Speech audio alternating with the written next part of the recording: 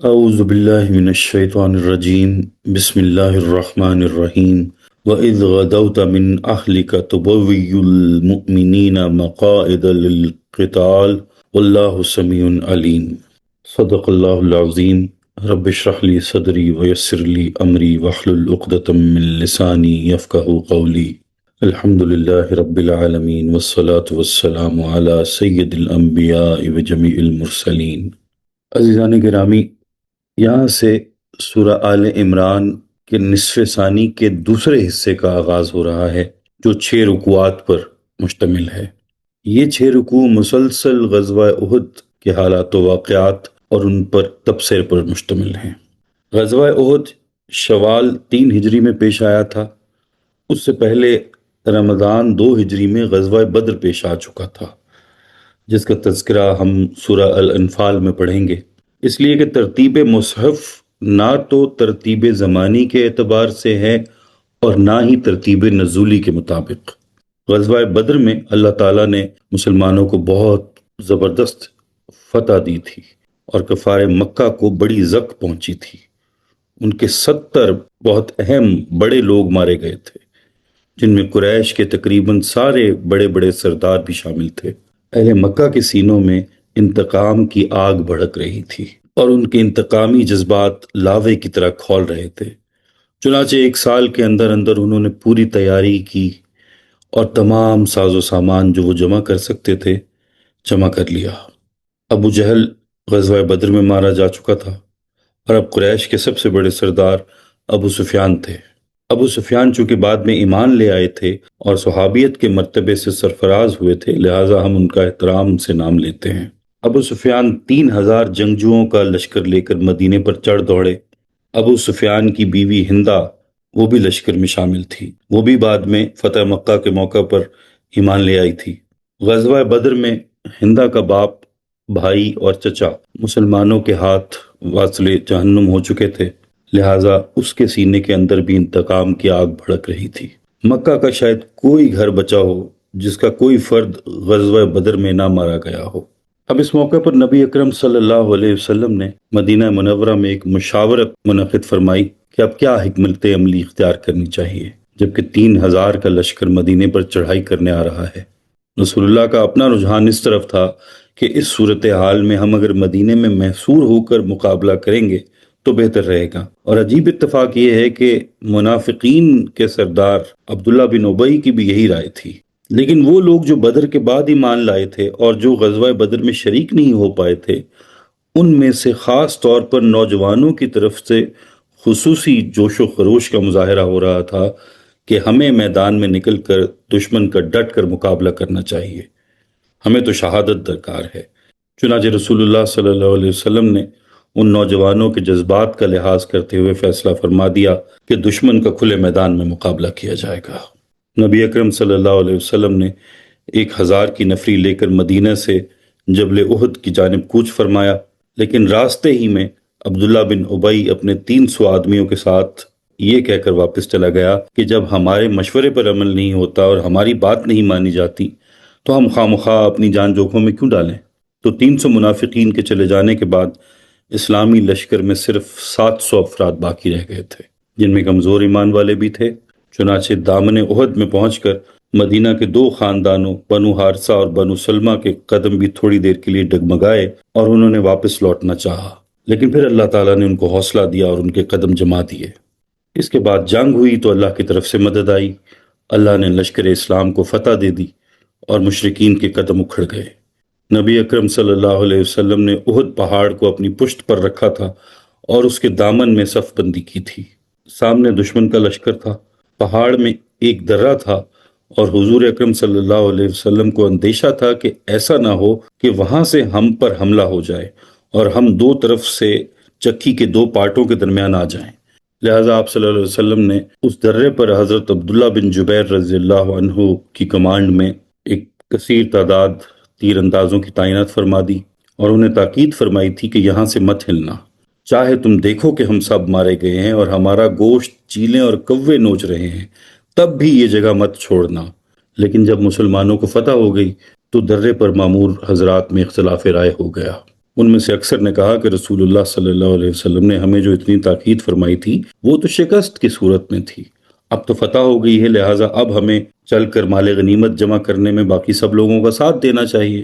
حضرت عبداللہ بن جبیر وہاں کے لوکل کمانڈر تھے، وہ انہیں منع کرتے رہے کہ یہاں سے ہرگز مت ہٹو، رسول اللہ کا حکم یاد رکھو، لیکن وہاں سے ایک کثیر تعداد درہ چھوڑ کر چلی گئی اور صرف 15 باقی رہ گئے۔ خالد بن ولید جو اس وقت تک ایمان نہیں لائے تھے، مشرکین کی گھڑ سوار فوج جو تھی کیولری، اس کے وہ کمانڈر تھے۔ ان کی عقابی نگاہ نے دیکھ لیا کہ وہ درہ خالی ہے، ان کی پیدل فوج شکست کھا چکی تھی اور بھگدڑ مچ چکی تھی۔ ایسے میں وہ اپنے 200 گھڑ سواروں کے دستے کے ساتھ احد کا چکر کاٹ کر پچھلی جانب سے، پشت کی جانب سے اس درے کے راستے مسلمانوں پر حملہ آور ہو گئے۔ اب درے پر چونکہ صرف 15 تیر انداز باقی تھے تو ان کے لیے 200 گھڑ سواروں کی یلغار کو روکنا ممکن نہیں تھا اور وہ مزاحمت کرتے ہوئے شہید ہو گئے۔ اب اس اچانک حملے سے یکلخت جنگ کا پانسا پلٹ گیا اور مسلمانوں کی فتح شکست میں بدل گئی۔ 70 صحابہ کرام رضوان اللہ علیہم اجمعین شہید ہو گئے۔ رسول اللہ صلی اللہ علیہ وسلم خود بھی زخمی ہو گئے۔ آپ کی زرہ کی جو کڑیاں تھیں وہ آپ کے رخسار مبارک میں گھس گئیں اور چہرے پر خون بھر گیا اور دندان مبارک شہید ہو گئے، اور خون اتنا بہا کہ آپ صلی اللہ علیہ وسلم پر بے ہوشی طاری ہو گئی، اور یہ بھی مشہور ہو گیا کہ حضور کا انتقال ہو گیا ہے۔ اس سے مسلمانوں کے حوصلے پست ہو گئے، لیکن پھر جب رسول اللہ صلی اللہ علیہ وسلم نے لوگوں کو پکارا تو لوگ ہمت کر کر جمع ہوئے۔ تب آپ نے یہ فیصلہ فرمایا کہ اس وقت پہاڑ پر چڑھ کر بچاؤ کر لیا جائے، اور آپ تمام مسلمانوں کو لے کر کوہ احد پر چڑھ گئے۔ اس موقع پر ابو سفیان اور خالد بن ولید کے مابین اختلاف رائے ہو گیا۔ خالد بن ولید کا کہنا تھا کہ ہمیں ان کے پیچھے پہاڑ پر چڑھنا چاہیے اور انہیں ختم کر کے ہی دم لینا چاہیے، لیکن ابو سفیان بڑے حقیقت پسند اور زیرک شخص تھے، انہوں نے کہا کہ نہیں، مسلمان اونچائی پر ہیں، وہ اوپر سے پتھر پھینکیں گے اور تیر برسائیں گے تو ہمارے لیے شدید جانی نقصان کا اندیشہ ہے، ہم نے بدر کا بدلہ لے لیا ہے، یہی بہت ہے۔ چنانچہ مشرکین وہاں سے چلے گئے۔ اب ان آیات کا مطالعہ شروع کرتے ہیں، اور ان کا مطالعہ کرتے وقت غزوہ احد کے سلسلہ واقعات کا یہ اجمالی خاکہ ذہن میں رکھنا چاہیے۔ شروع میں آپ نے آیت نمبر 121 کو سماعت فرمایا، اب اس کے ترجمے اور تشریح کی طرف چلتے ہیں۔ وَإِذَا غَدَوْتَ مِنْ أَهْلِكَ تُبَوِّئُ الْمُؤْمِنِينَ مَقَاعِدَ لِلْقِتَالِ، اور اے نبی صلی اللہ علیہ وسلم یاد کیجئے جب صبح کو آپ اپنے گھر سے نکلے تھے اور مسلمانوں کو جنگ کے مورچوں میں مامور کر رہے تھے۔ واللہ سمیع علیم، جبکہ اللہ سب کچھ سننے والا، جاننے والا ہے۔ صبح کو آپ صلی اللہ علیہ وسلم اپنے گھر سے نکلے، حضرت عائشہ کے حجرے سے برآمد ہوئے اور جنگ کے میدان میں صف بندی کر رہے تھے، وہاں مورچے معین کر رہے تھے اور ان میں صحابہ کرام کو مامور کر رہے تھے، تو یہ اس جنگ کے آغاز کا ایک نقشہ کھینچا جا رہا ہے۔ آیت نمبر 122، اذ ہمت طائفتان منکم ان تشفلا، جبکہ تم میں سے 2 گروہ بزدلی دکھانے پر آمادہ ہو گئے تھے، انہوں نے کچھ کمزوری دکھائی، حوصلہ چھوڑنے لگے اور ان کے پاؤں لڑکھڑائے۔ واللہ ولیہما، حالانکہ اللہ ان کا پشت پناہ تھا۔ وعلی اللہ فلیتوکل المؤمنون، اور اللہ ہی پر توکل کرنا چاہیے اہل ایمان کو۔ جنگ کے آغاز سے پہلے انصار کے 2 گھرانوں بنو حارثہ اور بنو سلمہ کے قدم وقتی طور پر ڈگمگائے تھے، ایک طبع بشری کے تحت ان کے حوصلے پست ہونے لگے تھے اور انہوں نے واپسی کا ارادہ کر لیا تھا، لیکن اللہ تعالیٰ نے ان کے دلوں کو ثبات عطا فرمایا اور ان کے قدموں کو جما دیا۔ پھر ان کا ذکر قرآن میں کر دیا گیا اور وہ اس پر فخر کرتے تھے کہ ہم وہ لوگ ہیں جن کا ذکر اللہ تعالیٰ نے قرآن میں منکم اور واللہ ولیہما کے الفاظ میں کیا ہے۔ غور طلب بات یہ ہے کہ 300 منافقین جو میدان جنگ سے چلے گئے تھے، اللہ نے ان کا ذکر تک نہیں کیا، گویا وہ اس لائق بھی نہیں ہے کہ ان کا براہ راست ذکر کیا جائے، البتہ آخر میں انڈائریکٹلی ان کا ذکر بھی آئے گا۔ اگلی آیت میں فرمایا جا رہا ہے وَلَقَدْ نَصَرَكُمُ اللَّهُ بِبَدْرٍ وَأَنْتُمْ أَذِلَّةٌ، اور اللہ نے تو تمہاری مدد بدر میں بھی کی تھی جبکہ تم بہت کمزور تھے۔ غزوہ بدر میں 1000 مشرکین کے مقابلے میں اہل ایمان صرف 313 تھے، جبکہ سب کے پاس تلواریں بھی نہیں تھی، کل 8 تلواریں تھیں۔ کفار مکہ 100 گھوڑوں کا رسالہ لے کر آئے تھے اور ادھر صرف 2 گھوڑے تھے، ادھر 700 اونٹ تھے اور ادھر 70 اونٹ تھے۔ اس سب کے باوجود اللہ نے تمہاری مدد کی تھی اور تمہیں اپنے سے طاقتور دشمنوں پر غلبہ عطا فرمایا تھا۔ فاتقوا اللہ لعلکم تشکرون، تو اللہ کا تقوی اختیار کرو تاکہ تم اللہ کا صحیح معنوں میں شکر ادا کر سکو۔ اب آیت نمبر 124 میں فرمایا جا رہا ہے، اذ تقول للمؤمنین ان لن یکفیکم ان یمدکم ربکم بثلاثۃ آلاف من الملائکۃ منزلین۔ اے نبی صلی اللہ علیہ وسلم، جب آپ کہہ رہے تھے اہل ایمان سے کہ کیا تمہارے لیے یہ کافی نہیں ہے کہ تمہارا رب تمہاری مدد کرے 3000 فرشتوں سے جو آسمان سے اترنے والے ہوں گے۔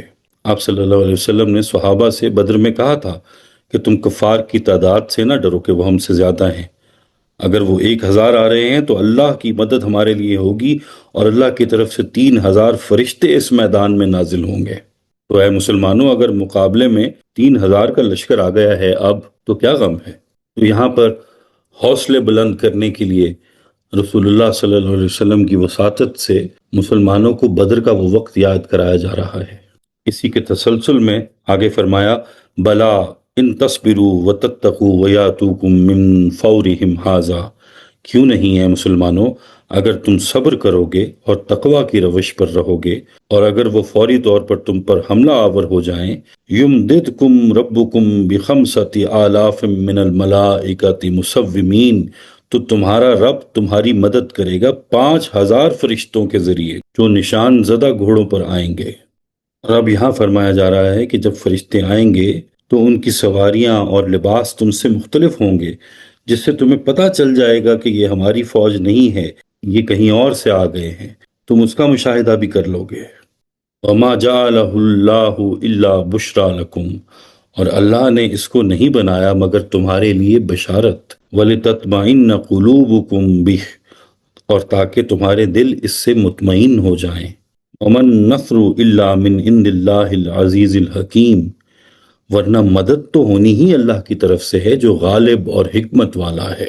یہ تو اللہ تعالیٰ کی طرف سے بشارت کے طور پر تمہارے دلوں کے اطمینان کے لیے تمہیں بتا دیا گیا ہے، ورنہ اللہ فرشتوں کو بھیجے بغیر بھی تمہاری مدد کر سکتا ہے، وہ تو کن فیکون کی شان رکھتا ہے۔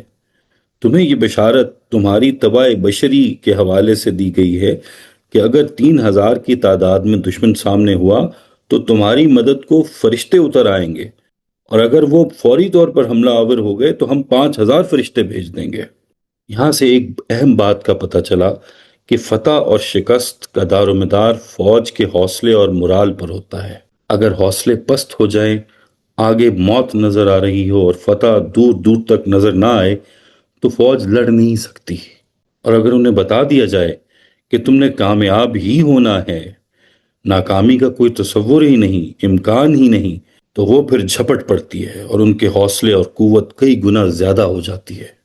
گو کہ مسلمان کم تعداد میں تھے، مگر جب کفار مسلمانوں کو دیکھتے تو وہ انہیں دگنی تگنی تعداد میں نظر آتے۔ اللہ تعالیٰ نے ایسا انتظام کیا کہ مسلمانوں کا لشکر انہیں صحیح تعداد میں نظر ہی نہیں آ رہا تھا، بلکہ اصل لشکر سے کئی گنا زیادہ نظر آتے۔ وہ حیران ہوتے کہ یہ اتنی بڑی فوج ہے، ہم اس کا مقابلہ کیسے کریں گے؟ اس سے ان کے حوصلے پست ہو گئے۔ اور یہ صرف فوج ہی پر منحصر نہیں ہوتا، بلکہ پوری قوم حوصلے سے کام کرتی ہے، اور اگر قوم بددلی اور ڈپریشن کا شکار ہو جائے، جیسے کہ آج کل ہماری قوم ہو چکی ہے، تو اس کا انجام اچھا نہیں ہوتا۔ وہ کوئی کام کر نہیں سکتی، نہ معاشی ترقی کر سکتی ہے، نہ اس میں سیاسی استحکام رہتا ہے، نہ اس میں سائنسی تحقیق کا جذبہ رہتا ہے، اور اس سے کوئی بھی کام نہیں ہو پاتا۔ یہ بہت بڑا کام ہے کہ قوم کو حوصلہ دیا جائے کہ تمہارا مستقبل روشن ہے، یہ ذرا سی مشکلات ہیں، تم ٹھیک ہو جاؤ گے۔ اگر یہ حوصلہ جاتا رہے تو قومیں گر گر کر ختم ہو جاتی ہیں۔ روس اسی لیے ٹکڑے ٹکڑے ہو گیا، معیشت بیٹھ گئی کہ اس کا حوصلہ ختم ہو گیا تھا۔ اللہ پر ایمان جو سب سے بڑا سہارا ہے وہ تھا ہی نہیں۔ دنیا کے رقبے کے اعتبار سے سب سے بڑی قوم، دنیا کا سب سے بڑا ملک، دنیا کی سب سے چھوٹی قوم افغانستان کے مقابلے میں پاش پاش ہو گئی۔ افغانستان کی روس کے مقابلے میں کیا حیثیت؟ لیکن 10 سال کی جنگ میں روس کا کچومر نکل گیا۔ انہوں نے افغانیوں کو اتنا مارا، اتنا مارا کہ مارتے مارتے ان کے ہاتھ ٹوٹ گئے، وہ مار مار کر اتنا تھک گئے کہ خود بے ہوش ہو گئے اور ان کے اپنے ٹکڑے ٹکڑے ہو گئے۔ ان کا ایسی قوم سے مقابلہ تھا جس کے 15 لاکھ آدمی قتل ہو چکے تھے، مگر اسے کوئی پرواہ نہیں تھی، وہ تو اللہ کے نام پر شہید ہو رہے تھے۔ اور صرف اللہ کے نام کا سہارا اور حوصلہ ہے جس کی وجہ سے ہمارا ملک باقی ہے، ورنہ جن معاشی بدحالی کے نقطوں پر یعنی اکنامک انڈیکیٹرز پر آ کر روس ختم ہو گیا تھا، ان کو تو ہم 14-15 سال پہلے عبور کر چکے ہیں۔ یہ معاشی بدحالی کے نقطے، یہ اکنامک انڈیکیٹرز کیا ہوتے ہیں؟ آپ کے سکے کی قیمت، آپ کی امپورٹ ایکسپورٹ کی ریشو، آپ کے سال بھر کی پر کیپٹا انکم، فی کس آمدنی، یہی چیزیں ہوتی ہیں۔ اس اعتبار سے بے روزگاری کی شرح، تجارتوں اور کارخانوں کا بیٹھ جانا، بند ہو جانا، تاجر، مزدور، حکومت کے بیچ میں کشمکش، یہ سب ایسے اسباب اور معاشی انڈیکیٹرز ہیں جن سے سوسائٹی باقی نہیں رہتی۔ روس جس پوائنٹ پر ختم ہوا تھا، اس پوائنٹ کو کراس کیے ہمیں 15-16 سال گزر چکے ہیں، لیکن روس کے ٹکڑے ٹکڑے ہو گئے اور ہمارے نہیں ہوئے۔ روس کے ساتھ اللہ کا ایمان نہیں تھا، ہمارے پاس وہ سہارا موجود ہے، صرف اسی سہارے کی وجہ سے ابھی تک ہم بیٹھے ہوئے ہیں۔ اسی دوران ہم ایٹمی طاقت بھی بن گئے۔ یہ معمولی باتیں نہیں کہ آپ کی زندگی میں ایک بہت بڑا سہارا اور حوصلہ ہے۔ زندہ رہنے کے لیے یہ سب سے اہم چیز ہے۔ اللہ تعالیٰ جب مدد دیتا ہے تو اس کی مدد کئی طرح سے آتی ہے، لیکن بظاہر اللہ کی مدد 2 طریقوں سے آتی ہے۔ آیت نمبر 127 میں جیسے فرمایا جا رہا ہے، لِيَقْطَعَ طَرَفًا مِّنَ الَّذِينَ كَفَرُوا، اور یہ مدد وہ تمہیں اس لیے دے گا تاکہ کافروں کا ایک بازو کاٹ دے۔ او یکبتہم فینقلبوا خائبین، یا انہیں ذلیل کر دے کہ وہ خائب و خاسر ہو کر لوٹ جائیں۔ اللہ تعالیٰ نے پہلی مدد یہ کی کہ کفار کا ایک بہت بڑا گروہ مسلمان ہو کر حضور صلی اللہ علیہ وسلم کے ساتھ مل گیا۔ اسلام کے بہت بڑے بڑے دشمن مسلمان ہو گئے۔ دوسری مدد اس طرح کہ فرمایا ہم ان کو میدان جنگ میں تمہارے خلاف لے آئیں اور ایسی ذلیل شکست دیں کہ ان کی کمر ٹوٹ جائے۔ پہلا کام کرنے کے لیے دعوت دین اور تبلیغ کی ضرورت ہوتی ہے، دوسرا کام کرنے کے لیے جہاد کی ضرورت ہے، اور دعوت و تبلیغ بھی دراصل جہاد ہی ہے۔ یہ جہاد کا پہلا درجہ ہے اور قتال جہاد کی آخری منزل ہے۔ یہ بات ذہن میں رہے کہ یہاں غزوہ احد کے حالات و واقعات اور ان پر تبصرہ زمانی ترتیب سے نہیں ہے۔ سب سے پہلے رسول اللہ صلی اللہ علیہ وسلم کا اپنے گھر سے نکل کر میدان جنگ میں مورچہ بندی کا ذکر ہوا، پھر اس سے پہلے کا ذکر ہو رہا ہے جب خبریں پہنچی ہوں گی کہ 3,000 کا لشکر مدینہ پر حملہ آور ہونے کے لیے آ رہا ہے، اور رسول اللہ صلی اللہ علیہ وسلم نے اہل ایمان کو اللہ تعالیٰ کی مدد اور نصرت کی خوشخبری دی ہوگی۔ اب آگے کی آیات میں اس جنگ کے دوران مسلمانوں سے جو خطائیں ہوئیں، غلطیاں ہوئیں، ان کی کچھ نشاندہی کی جا رہی ہے۔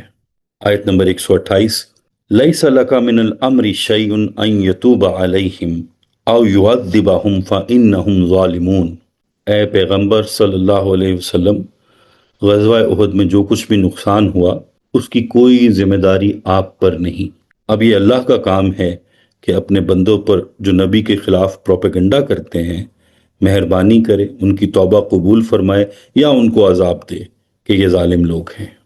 جب حضور اکرم صلی اللہ علیہ وسلم غزوہ احد میں شدید زخمی ہو گئے اور آپ نے جو زرہ پہنی ہوئی تھی اس کی کڑیاں آپ کے چہرہ مبارک میں دھنس گئیں اور آپ کے 2 دندان مبارک شہید ہو گئے۔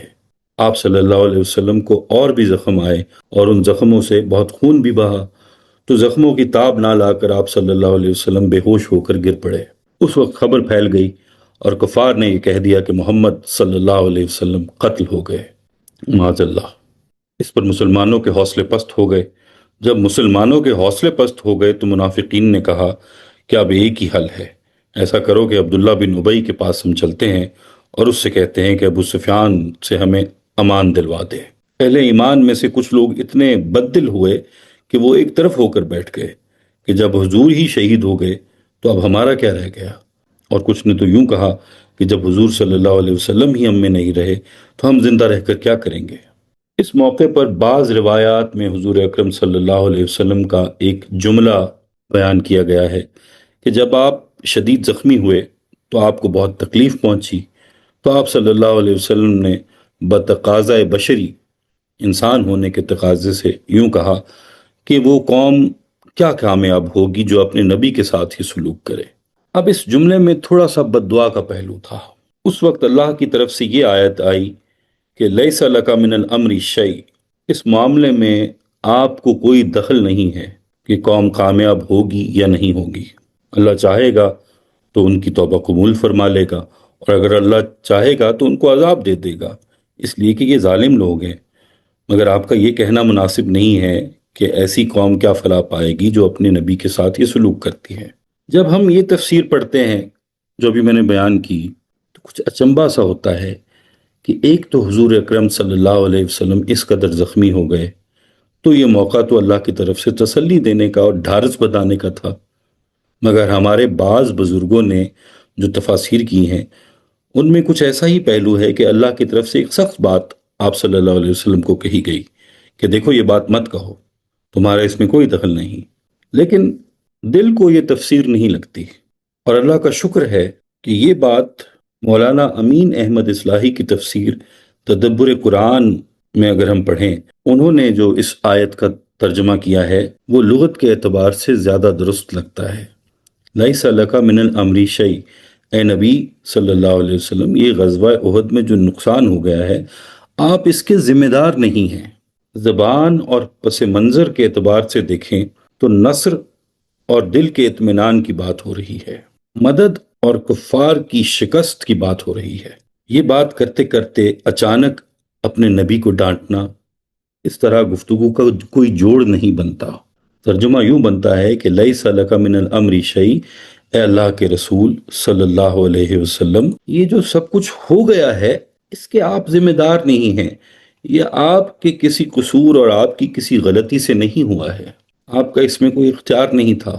بات یہ ہے کہ جب یہاں سیدھا سادہ ترجمہ آیت کا بن رہا ہے تو ہمیں کیا خوشی ہے، یا کچھ لوگوں کو کیا خوشی ہے کہ حضور صلی اللہ علیہ وسلم کے لیے کسی ایک روایت کا سہارا لے کر سخت الفاظ لے آئیں، وہ بھی ایک ایسی روایت اور الفاظ کا سہارا لے کر جو حضور کے منہ سے نہیں نکل سکتی۔ اگر ایسا کہنا ہوتا تو آپ صلی اللہ علیہ وسلم طائف میں کہتے، جہاں پر آپ بہت زیادہ زخمی ہوئے، وہاں تو آپ دعائیں دے کر آ گئے، اور یہاں پر پوری قوم کو کیسے بد دعا دے دی۔ اس لیے روایت اور حدیث کو لیتے ہوئے بھی ہمیں صرف روایت کے اصولوں کو ہی نہیں دیکھنا چاہیے، بلکہ خود روایت کو بھی دیکھنا چاہیے کہ یہ بات جس سے منسوب کی جا رہی ہے، یہ جملہ جس کے منہ میں ڈالا جا رہا ہے، وہاں فٹ بھی بیٹھتا ہے یا نہیں بیٹھتا۔ تو اس اعتبار سے دل کو جو آیت کی تفسیر درست لگتی ہے وہ وہی ہے جو مولانا امین احمد اصلاحی رحمۃ اللہ علیہ نے تدبر قرآن میں کی ہے، اور بھی دوسری بہت سی تفسیریں ہیں، مگر سب میں وہی پہلے والی بات کی۔ مگر جب اصلاحی صاحب کا ترجمہ پڑھتے ہیں تو حیرت ہوتی کہ واقعی اصل ترجمہ یوں ہی بنتا ہے کہ اے نبی آپ صلی اللہ علیہ وسلم کا اس میں کوئی قصور نہیں ہے، یہ جو کچھ ہو گیا ہے، یہ جو آپ کے 70 صحابہ شہید ہو گئے، اس کے آپ ذمہ دار نہیں ہیں، یہ ہماری طرف سے ایک نظام تربیت ہے، ایسا ہو جاتا ہے اور یہ ہونا چاہیے تھا۔ وہ 50 آدمی تیر انداز جو آپ صلی اللہ علیہ وسلم نے درے پر بٹھائے تھے، اگر وہ وہاں سے نہ ہٹتے تو ایسا کبھی نہ ہوتا، اسی لیے پیچھے سے حملہ ہو گیا۔ فرمایا اس سارے نقصان کے آپ ذمہ دار نہیں ہیں، آپ صلی اللہ علیہ وسلم کو مغموم نہیں ہونا چاہیے۔ اس آیت میں تسلی دلائی جا رہی ہے بجائے اس کے کہ آپ اسے اللہ کی طرف سے ڈانٹ قرار دے دیں۔ آخر کیوں؟ ہمیں ایسی کیا تکلیف ہے کہ جہاں ایک سیدھا سادہ ترجمہ موجود ہے، ہم کسی ایک روایت کا سہارا لے کر حضور اکرم صلی اللہ علیہ وسلم کی شان میں اہانت کے پہلو کو ترجیح دیتے ہیں؟ معاذ اللہ۔ اللہ چاہے گا تو اللہ ان لوگوں کو معاف کر دے گا جن سے غلطی ہوئی ہے، یا ان کو سزا دے گا۔ یہ ظالم لوگ ہیں، اس سے مراد دو لوگ ہو سکتے ہیں، ایک تو وہ جو کفار قریش ہیں جنہوں نے حملہ کیا، دوسرے اس سے مراد وہ 50 تیر انداز بھی ہو سکتے ہیں جنہوں نے مورچہ چھوڑ دیا اور حضور کی ہدایات پر عمل نہیں کیا۔ اللہ چاہے گا تو ان کو معاف کر دے گا، چاہے تو ان کو عذاب دے دے گا۔ اب اس رکوع کی آخری آیت وَلِلَّهِ مَا فِي السَّمَاوَاتِ وَمَا فِي الْأَرْضِ، آسمانوں اور زمین میں جو کچھ ہے وہ اللہ کی ملکیت ہے۔ یغفر لمن یشاء ویعذب من یشاء، وہ جسے چاہتا ہے بخش دیتا ہے اور جسے چاہتا ہے عذاب دیتا ہے۔ واللہ غفور الرحیم، اور اللہ کا مزاج یہ ہے کہ وہ بہت بخشنے والا اور رحم فرمانے والا ہے۔ اور یہاں اس رکوع کی تکمیل ہوتی ہے۔ اللہ تعالیٰ سے دعا ہے کہ اللہ تعالیٰ قرآن پاک کی آیات کو پڑھنے، سمجھنے، ان پر عمل کرنے، ان کو دوسروں تک پہنچانے کی توفیق عطا فرمائے۔ اللہ تعالیٰ ہمیں صراط مستقیم پر ہدایت فرمائے، ہمارے لیے آسانیاں پیدا فرمائے اور آسانیاں بانٹنے کی توفیق اور شرف عطا فرمائے۔ آمین یا رب العالمین۔